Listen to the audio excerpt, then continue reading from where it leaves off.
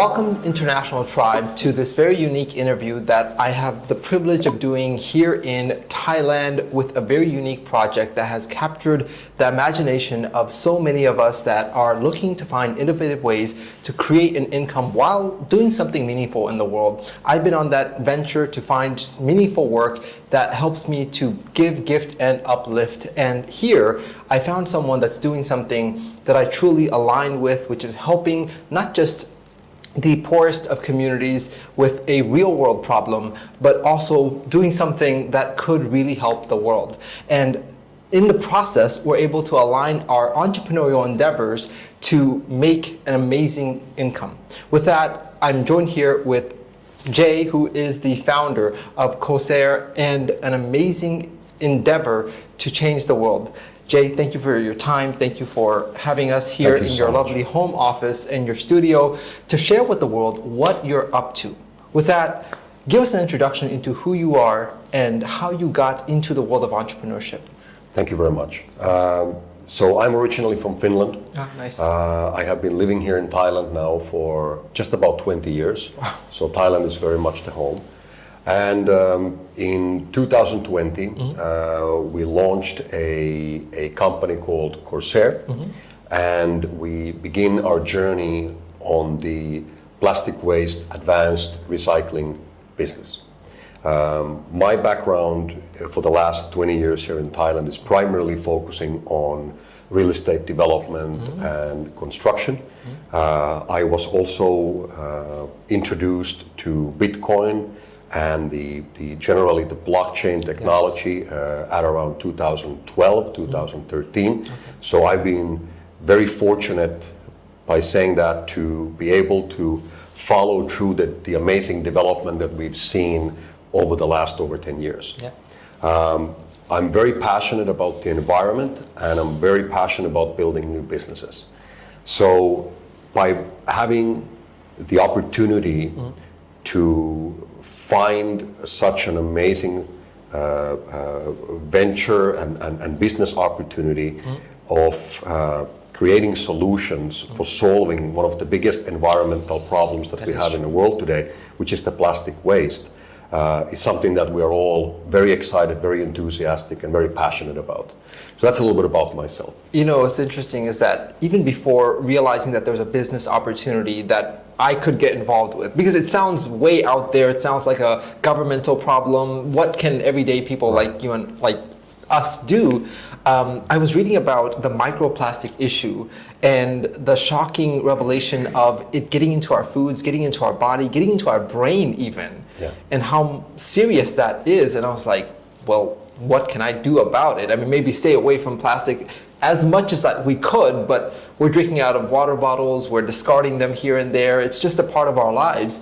And now there seems to be something I can do about it that is both healthier for me, healthier for the environment, and a business opportunity. So how did that come up? Because it's a very unique proposition what you guys are doing. And yesterday you said something that I was thinking about after I left, which is imagine you have a box, and if you could put plastic material in that box, whether it be water bottles or packages and bags of things, and then out through a very intricate process, money comes out. How much plastic would we go and find and put in there? And that's kind of what you built, is that whole intricate mechanism of being able to take plastic, which would normally be discarded, be a nuisance, be landfill waste, and find some way to put that into a real world use that actually puts it back to kind of the starting source of where the plastic came from, which is one form of crude oil. Correct. Okay, so explain to us, how did that even start from you discovering that this exists? Right. Because although you didn't come up with the technology, you've packaged the business model and are expanding it very fast. Yes. So basically, if we look at the general situation, starting from the sort of a very overall picture of what's going on with plastics. So in the world that we live today, the global production of new plastic products today has now reached a milestone level of about 500 million tons a year. Now, that doesn't necessarily say too much, but when you compare that production volume of new plastics that are being produced, cranked out annually all over the world, that amount in weight is more than the combined weight of every single human being on the planet. So in other words, you could say that in 1 year alone, we're today producing more new plastics annually than the combined weight of the humanity. Right? So Just to every put that year in that perspective. compound, I mean, every year you Yes. have that weight and then new weight and then new weight. Exactly.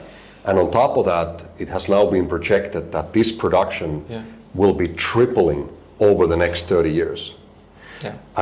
Which makes things worse is that out of all of this plastic that is being produced annually, it's only about 5% globally that today gets recycled in any way. Which basically means that 95% of all of these plastic products that we're using ends up into the landfills, ends up into getting burned, or worst of all, leaks into our oceans. And again, as you mentioned about the food chain, plastic flows into the oceans, the marine life, the fish are eating it. Then you go to a beautiful sushi restaurant, or you have a nice fish for your dinner, and you know what you do? You're actually eating these microplastics. So that's how the problem ends up back into the food cycle.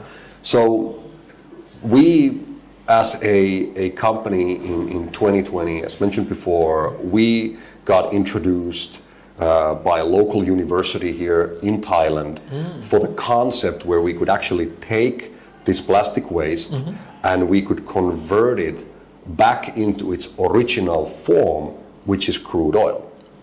So what maybe comes as a surprise for even many is that all of these plastic products, the plastic bottles, the bags, the wrapping materials, everything is made from crude oil.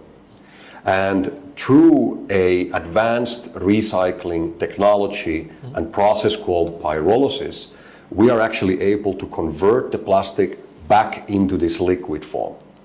Now, we've been doing that now here in Thailand for the past 5 years.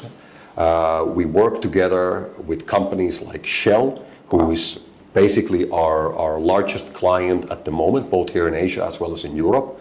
And what happens is once we've made that plastic into oil, the petrochemical industry, the ones that actually make all these plastics and create the chemicals for them, can now use our oil to make new plastic products. So in simplified terms, an old plastic bag gets converted into oil, and then that oil can be used again to make a new plastic bag.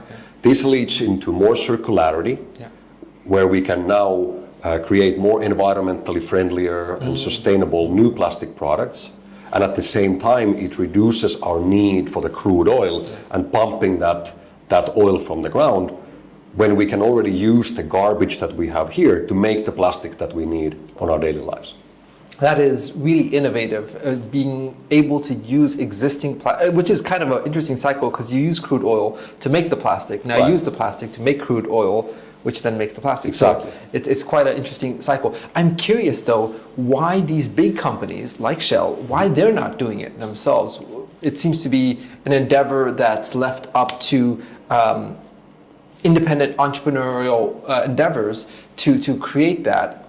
Shell, which is surprising, is buying oil from you instead of them creating the process themselves. Why is that? Yes, that's a very good question, by the way.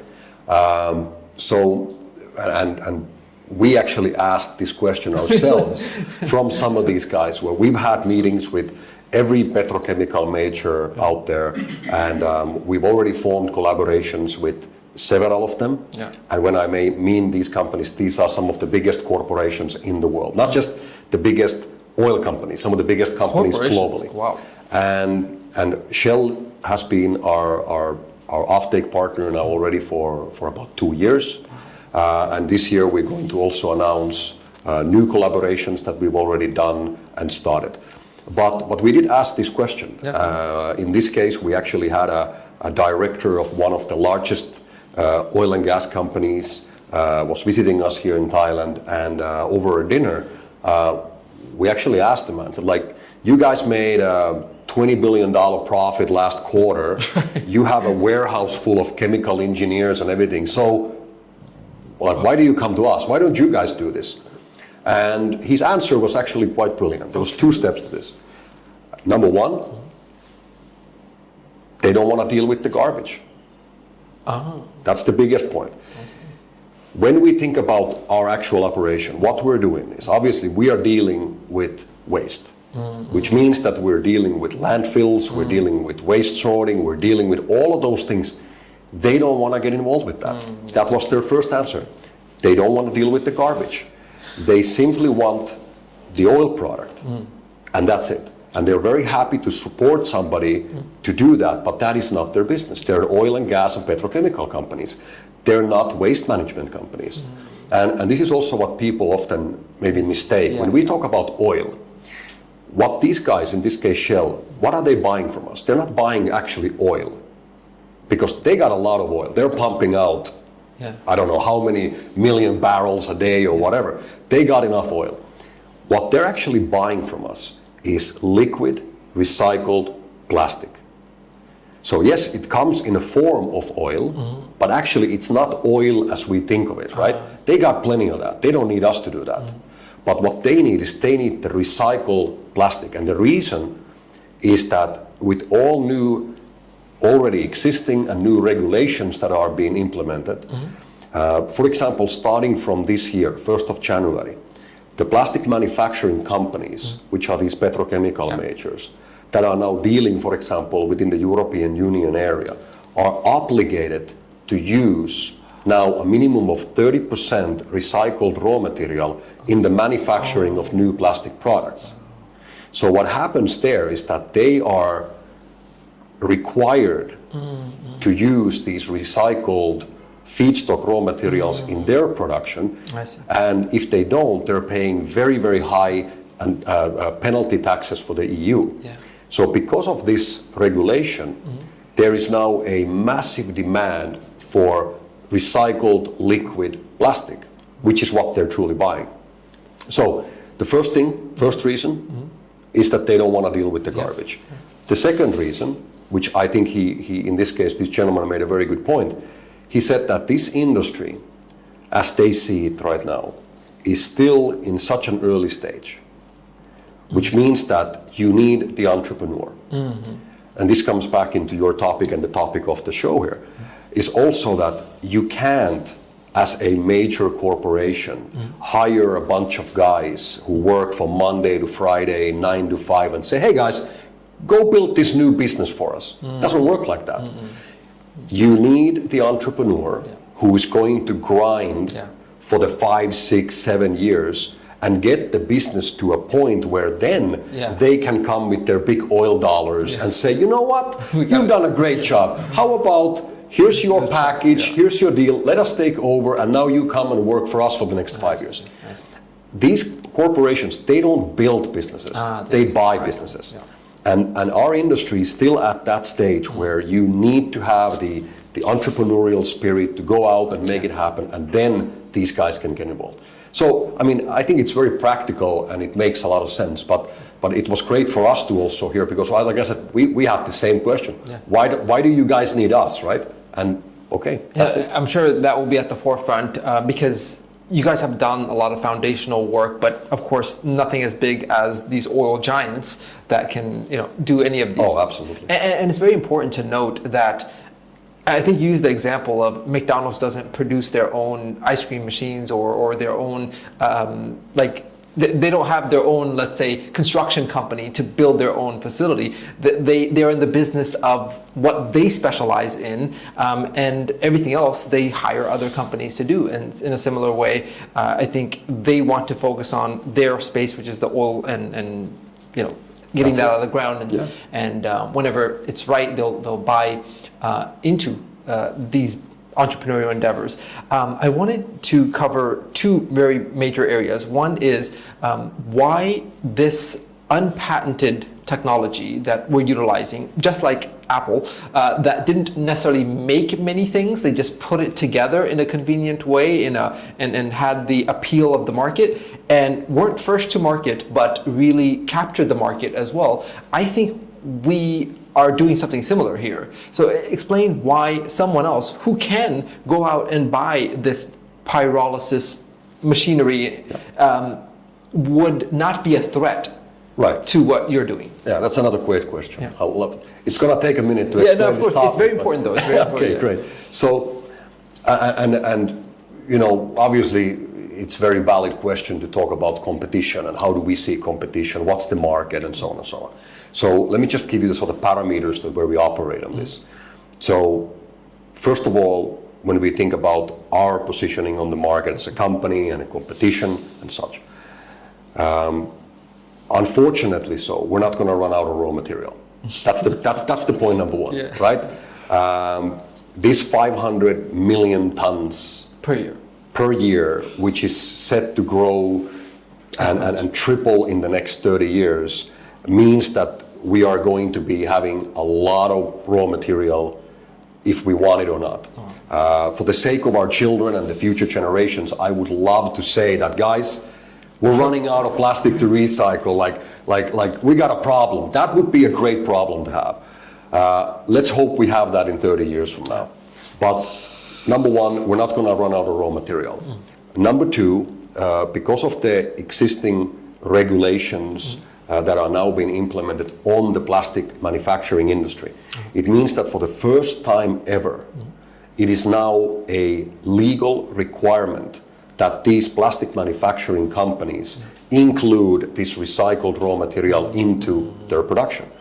And that means that for a pyrolysis oil product, similar to what is now produced by Corsair, which is certified under a so-called ISCC certification, and number two, which meets the extremely strict quality requirements that these petrochemical companies have. There is currently a market demand of approximately 100 billion liters a year for this oil product. Now, while I say that, it's good to highlight that the global supply is today less than 40 million liters a year. So we're basically looking at a gap between supply and demand between 40 million liters a year and about 100 billion liters a year. So that's basically the market where we operate. And I'm also very happy to say that whereas we work together with Shell and we've had a great relationship with them, we are also working with other petrochemical companies, and we're constantly being approached by new companies who want to buy our product. Because they have to, or they're legally obligated that some portion of their manufacturer. And your kind of process and the end product is certified to the degree that it meets the governmental requirement that they need to meet. Yes. So they're seeking you out. Oh, exactly. I mean, I've had every single major oil and gas company knocking on our door. And I mean, I don't want to sound arrogant or want to sound too confident. We're very grateful. We're very happy with the situation, and we want to work with all of these great companies. But that is the situation. So we are in a very, very fortunate situation where our product is in massive demand right now. Our biggest problem is that we're not able today to produce enough of it, because every single liter that we produce anywhere globally is really being taken off our hands immediately. Wow. So that's a good situation. So number one, we're not going to run out of raw material. Number two, we're not running out of demand. So when it comes now to competition and it comes into this, let's say, proprietary technologies and such, as I mentioned earlier, my background is in real estate development and construction. So we chose very early on in our company's beginnings that we are not looking to become or looking to operate as a machinery manufacturing company. That's not our business. We're not a technology company. We want to be the project developer and then the operator. So similarly, like you said, your example, I've used an example that Starbucks doesn't make their coffee machines, right? I mean, why would they, right? They're not in the manufacturing business. No, they're an operator. Now, can someone go and by the way, there are a number of manufacturers that do produce these type of technologies, We're lucky to have very fortunate to have a partnership now with what we consider to be the two of the best operators globally on this industry. But there are a number of technologies available. And I very, very much encourage anybody who wants to build their own advanced recycling plant to go out there and make it happen. But I do have to put a warning label into this statement, whereas I can tell you that it took us about 3 years to figure it out. So the fact that to get from the launch to the point where you're actually able to produce a quality product that meets these requirements, and you have the offtake agreements, and you have everything in place so you can actually do what we're doing, it will take a few years to figure out. And we're very happy to even advise other companies to do that, because the reality is that there is no competition. We see other companies as peers on the market, and also we are very much right now in the process of acquiring other companies. So there are other businesses, other companies that have tried to do the same. Maybe after a year, 2 years, they realize that, you know what, this is not really what we want to do anymore. Great, call me. I'm interested in buying your company. We have so far acquired 2 other operators here in Thailand already. We're currently in an acquisition process of 3 other companies, one in South America, one in Europe, one here in South Asia. And we're continuing to expand our operations. And one part of that is to buy out existing projects. So we see, let's say that we almost see competition as something that other companies are doing, maybe the framework, the pre-preparation for us to then acquire and take over. Would you guys say, where are you positioned in the pyrolysis forefront of expanding globally in terms of who's leading the pyrolysis revolution, if you will? There's about a half a dozen, so about 6 companies, I would say, that are sort of worth noticing. Again, we don't see them as competitors, but they are in the same space. These are mostly companies in Europe. Corsair today is by far, I mean, even with a shadow of a doubt, we are the fastest growing. There is not a single other company that comes even close.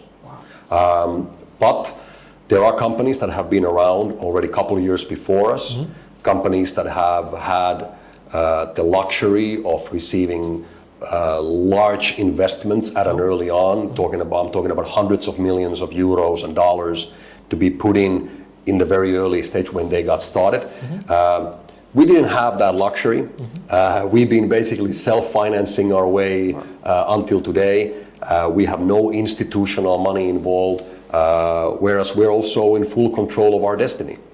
And we've been building this all by ourselves, and now, being 5 years in this journey, we're starting to receive support from the government.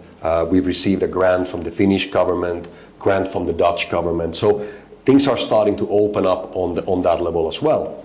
But when we look at the market and other operators over there are other operators that are basically doing the same, but nobody's expanding at the rate that we're doing. Wow, that's a lot to take in because, again, I look at it from a standpoint of how does the everyday person like us participate in something, and that's what you've also opened up, because this could have been just a venture capitalist opportunity, something that where people needed $1 million, 10 million. You guys are now collecting hundreds of millions of dollars to expand globally. The fact that you've opened this up to allow anyone, especially the countries and the citizens of those countries where they're most affected, where they're seeing their garbage and their plastic pile up and there isn't a really good waste management systems, and you're setting up both infrastructure there to resolve that, as well as allowing those citizens to be the participants on the financial side to kind of solve that problem and grow financially. It's quite remarkable, that win-win situation. Why have you taken a network marketing model approach, whereas you didn't have to? You could have gone venture capitalist. Another very good question. We always believe that the bigger the problem, the bigger the opportunity. Yes. And by saying that, I believe personally that this plastic waste problem that we have today, which again, just to remind everybody, is I mean, one of the biggest environmental problems that we've ever seen. Yeah. I mean, you just go to any of the beaches in the Philippines, in Indonesia, even here in Thailand, you see it. You walk around the beach, you see all the garbage flowing around. You go a little bit away from the beaten track, and you're going to start to see these landfills that are all overflowing in plastic garbage, and it's only going to get worse. So we have to take action now. That's the bottom line. If we don't start seriously building a global plastic recycling infrastructure, we are going to literally drown under all of this plastic waste. And that should be the target of all of us. And I know that when we work together, we are going to be able to solve this. So what's the result? And what is happening on the field of regulations, and how does this one come down to the individual, and also involving our operations with direct sales and network marketing? So first of all, the United Nations, European Union, all the governmental entities are in full alignment on the fact that we have to solve this problem. What's the way to solve it? Well, the easiest way to solve it is to create monetary value on the plastic waste. That's it. It's that simple. And this is very much a same approach that has been done since 1990s with the carbon emissions. So many of the viewers might be familiar with carbon credits, or at least heard about the carbon credits. In the simplest way, the ones who pollute will have to pay for the ones who pollute less and clean. Well, the exact same model is now being applied to plastic. And there is a global rollout of the use of the plastic credits. Plastic credits, in this case, is a digital receipt which proves that plastic waste has been removed from the environment. So basically, when Corsair goes out and collects plastic from the landfills, or when we work together with many of our contributing partners, for example, here in Bangkok, we have the largest slum area in the country, with about 140,000 people living in extreme poverty. What we've done over there, for example, is we've set up a plastic waste collection center where these people can come and they can sell their plastic garbage to us. Wow. So there's a drop-off point, there's a scale, there's a guy with cash in hand. People can show up with wheelbarrows and bags, and they'll just bring their plastic, and we'll wait and we'll pay them price per kilo on spot. So what happens now is there is now a value on that plastic waste. Number two, the people that truly need the support are now getting an extra income while cleaning up their own community. And number three, we get a raw material that we can now use in our pyrolysis recycling process. And on top of that, from every kilo that is being collected, there is now the opportunity for us to create the plastic credits from. So the plastic credit, which is the digital receipt which is proving that this plastic waste has now been removed from the environment, can then be used by companies that pollute. So where this is heading now, and I'm going to do a bit of a projection for you guys over here, the plastic credit market will grow to become, in the coming years, at least about 10% of what the carbon credit market is, which is going to push the plastic credit market to be worth of tens of billions of dollars a year. And the way that it works is that the companies who create plastic pollution, your Coca-Colas and Pepsis and Nestle's and Unilever, all of these big brands that create the packaging are now becoming legally obligated to take responsibility of their packaging waste. This is part of a global rollout of extended producer responsibility programs, where if your company creates 1 million kilos of plastic waste per year through your packaging, you are now obligated to work with someone like Corsair to go out and recover from the environment the same amount of plastic. Wow. This is what is referred with you as a company offsetting your plastic waste footprint. The vehicle between the one who pollutes and the one who cleans is the plastic credit. And we launched our plastic credit called CSR in 2021, and that is today the leading plastic credit in the world. In the world? In the world. And the way how now everybody can take part of this is through our direct sales network marketing operation called Amplivo, which is part of the Corsair Group of companies. We have now made it possible for every individual around the world to actually join into this mission of cleaning our planet from plastic pollution, join into this revolution where we are now making discarded plastic waste to become a valuable traded commodity. And by doing so, they will be able to benefit from being part of this cleanup process. That's amazing. Talk about being at the right place at the right time. There's so much demand for what you're providing, both from a company standpoint, governmental standpoint. It seems like everyone's pushing you to, a lot of times entrepreneurs face resistance trying to get their products into the market. You're facing the opposite, which is like being pulled in so many forward directions of we need this, we need this. Now I'm really understanding the whole background to where it is right now. So what exactly are we, the network marketing side, what are we purchasing? Is it those carbon credits? Is it those CSRs that is now certified as carbon credits, or is it the receipts? So basically what we do, our clients, mostly private individuals, as well as, of course, to a certain extent, companies, are buying a plastic waste removal service through our network marketing company, Amplivo. A private individual would basically buy a service from Corsair to go out and remove an X amount of plastic waste from the environment. Okay.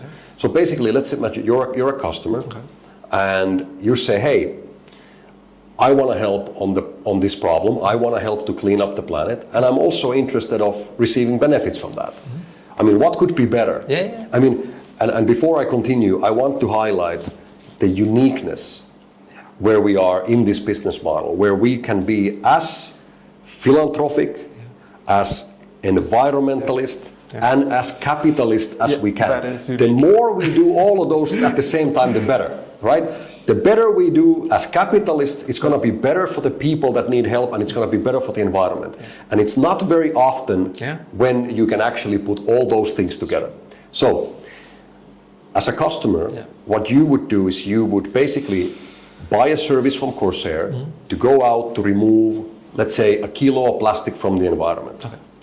Now, basically what you're buying is same as you're buying a landscaping gardening service, right? So you're paying Corsair to go out, remove that agreed amount of plastic. Okay. Corsair goes out, removes that plastic from the environment. That work is now documented, it's been recorded, and then audited by an independent third-party auditor. We use 2 independent auditors, one from Germany, one from the Netherlands, who audit that specific work. Based on that work getting completed, you as a customer now receive the receipt from that work in the form of an ERC20 digital token, which is the plastic credit CSR. Oh. Which is what the companies need to purchase to offset their plastic usage. Right. Oh. So now you as a client paid for Corsair to remove the plastic from the environment. Once the work was done, as a receipt from that work, you now receive those plastic credits. Okay. Now you as a customer, you have now 2 options. You can either decide to offset your own plastic waste footprint, whereas you as a private individual, during your lifetime will create, like all of us, about 5,000 kilos of plastic waste. So you could say, hey, listen, I want to do my part like I've done. I have actually offsetted Your cost. officially or documented my personal plastic waste footprint, which is 5,000 kilos, approximately. So you could do that, or you could say, you know what, I'm just gonna sell these for someone else. So on that option, you could take those credits, which operate on the Ethereum blockchain, and you could basically move those credits to any of the public exchanges that are trading the CSR plastic credits, and you could basically go and sell them for someone else. Now here's the interesting part. Okay.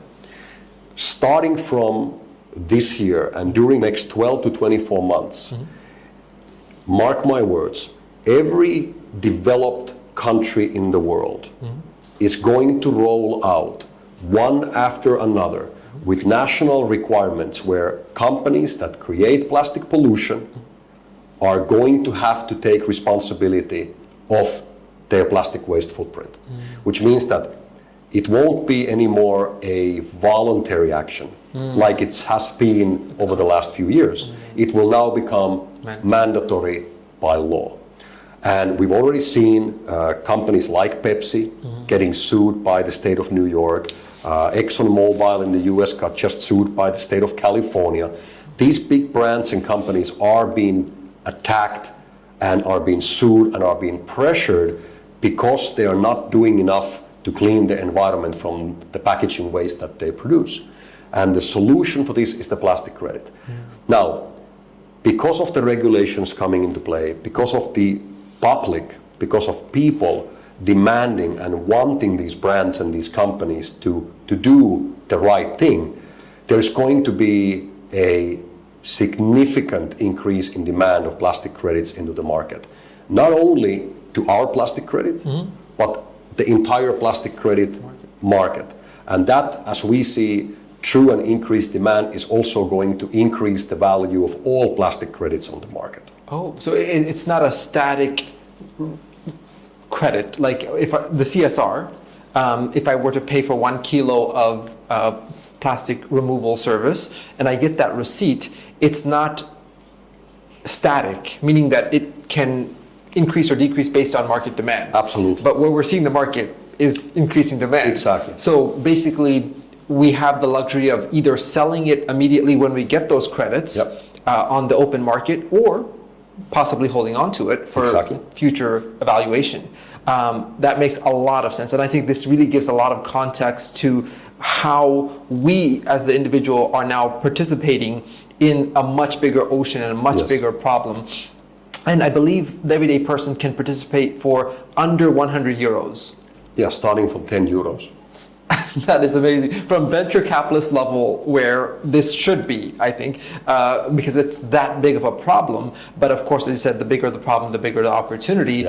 Now we can involve millions of everyday people that are truly being affected, and they can come together for as little as 10 euros and start buying these plastic removal service, both as a passionate environmentalist and as a capitalist. And you know, it's a really unique combination, because the greedier you are as a capitalist, the more you're helping the environment. The more passionate you are as an environmentalist, you might be vocal about it, you might be sharing the fact that there is such an opportunity, there's such a service, the more that you make from that passion. So it's like a interesting combination.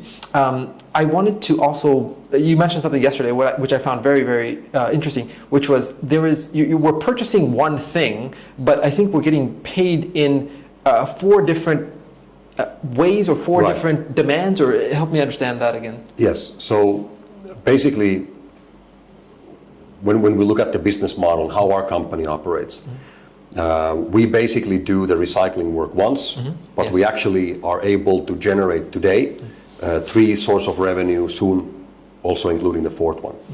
So depending on the country where we operate, and we are currently operational here in Thailand, we're also operational in Finland, which is our first European country with an already existing factory, and now we're expanding into a number of other European countries. We're expanding into Canada, into a number of states in the United States, in the Middle East, in Africa, and obviously all over Asia. So our target really is to bring these factories into every corner around the world, and that's also where the people, our customers, are supporting us by buying the service. They're helping us to build more of these plants. Wow. And I'm also very happy to say that now, as we've grown through those early stages, now we are also able to attract also that venture capitalist money, and hopefully in the future also additional support from the governments and such. But when we look at the revenue models, so depending on the location, for example in Europe, in North America, we would actually be paid to receive the raw material. So this would be the first source of revenue when you look at our operation part. Because even in the United States today, the annual amount of plastic garbage is around 50 billion kilos a year that is being generated. And most of that ends up going into the landfills. Currently, the landfill owners are getting paid for that garbage to be dumped into their landfill. In this case, in a similar way, we are receiving a gate fee of taking that plastic waste in. So that's the first source of revenue. Number two, once we convert that plastic into oil, which as a part of our process is very efficient. As an example, we can take 1,000 kilos of plastic waste, convert that into as much as 900 liters of oil. And whereas the market rate at the moment for our type of fuel product or pyrolysis oil product is roughly about $1 a liter. Okay. So that's basically what you could expect from this. So number one, we get paid to receive the raw material. Number two, we will sell the oil that we generate from the raw material. As a result of that on the side, we are also now entitled to create the plastic credits, which are basically a side product from the work that we're already doing. And then last but not least, we're also now able to involve with the carbon credits, which is the fourth revenue that we can generate from this operation. There's a development that is happening right now, which is not involving us, but we are a part of the industry, where we will be also able to access additional rights for issuing also carbon credits in the future. But that's still in the works. It's a good future. But it will definitely be there and continue to support our growth. You know, I took a 32-hour journey from the States to here, and just last night, from what I learned about everything that you said, I was like, wow, this was so worth coming out here, because as an entrepreneur, we're looking for the opportunities that allow us to be at the right place at the right time. And this is one of those places, because it is something we know that's a problem, but up to now, what could we do about it other than, being environmentalists and trying to take care of our little communities? Now we can actually, and I looked at the network marketing side, both the compensation as well as the rich history of many years of development. This is not something that is like just coming to market. Right. They're just in a state of expansion. But I think it's 5 years, maybe 60,000 reps that you guys have, people that have already made multiple 6, multiple 7 figures. Of course, that's dependent upon our effort.